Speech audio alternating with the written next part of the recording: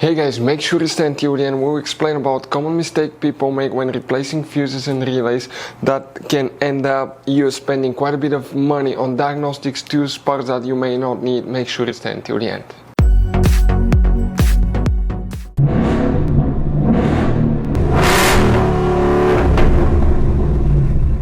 Hey guys, welcome back to Free Car Repair. Thank you guys for watching and subscribing to the channel. Today will be super helpful video to any of you having a Ford Explorer this generation here from year 2011 to year 2015. If you need to find where the Purge control valve, also known as canister valve, fuses and relays are located, where you can find them, where you can buy cheap parts and tools. That way do not waste money and time. We'll put the link in the description of the video below for the parts and tools. Check it out guys.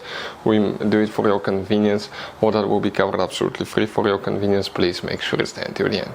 So before we start, let us tell you guys a little bit about us. Every single car we get here at the garage, we try to make at least 200 to 300 free repair videos.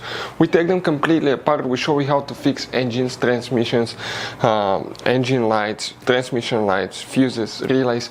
Why we do all that guys? Because our mission in the shop is to save you as much money as we can. All we need in return, please subscribe to the channel, like the video, that way we can keep making these free videos.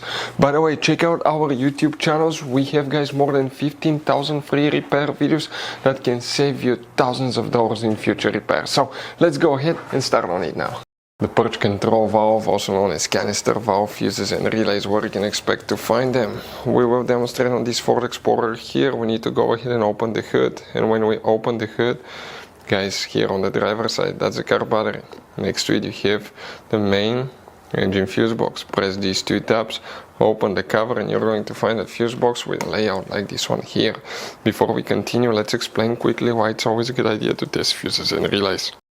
So let me explain why it's super important guys to test fuses. Fuses, not often you can see if they're burnt or they're good. Sometimes they may seem perfectly fine, you think it's a good fuse, you put it back in and you end up spending money and time on parts and problems that do not exist guys, when all you had to do, test your fuse, find out it's bad, replace it, fix your problem. So we will have a video how to test a fuse, okay, different kinds of fuses, and how to test relays guys. We're going to put the link in the description of the video below specifically to that video. Please check it out.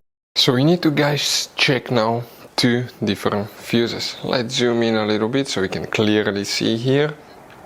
First guys, okay, we're talking about fuse number 67, very important fuse right there. The second fuse that you need to check is fuse 86, 7.5 amp fuse right there. What about relays? You don't have a relay specifically that's controlled by the engine computer, but if you want to see how to test Purge control valve, it's very easy. We'll have videos on our YouTube channels that will teach you how to do that step by step. Check it out guys. So guys, by the way, you have all kinds of different fuses, relays, circuit breakers, and check under the hood. It's even more complicated guys.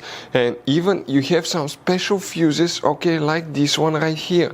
One time we needed a replacement fuse, we couldn't get one, and we were stuck in the middle of nowhere because of that. We'll recommend to buy some, put them in the glove box for a peace of mind. We'll share the link in the description of the video below for your convenience, where you can get them at a good price, quick shipping, that way you do not waste money and time.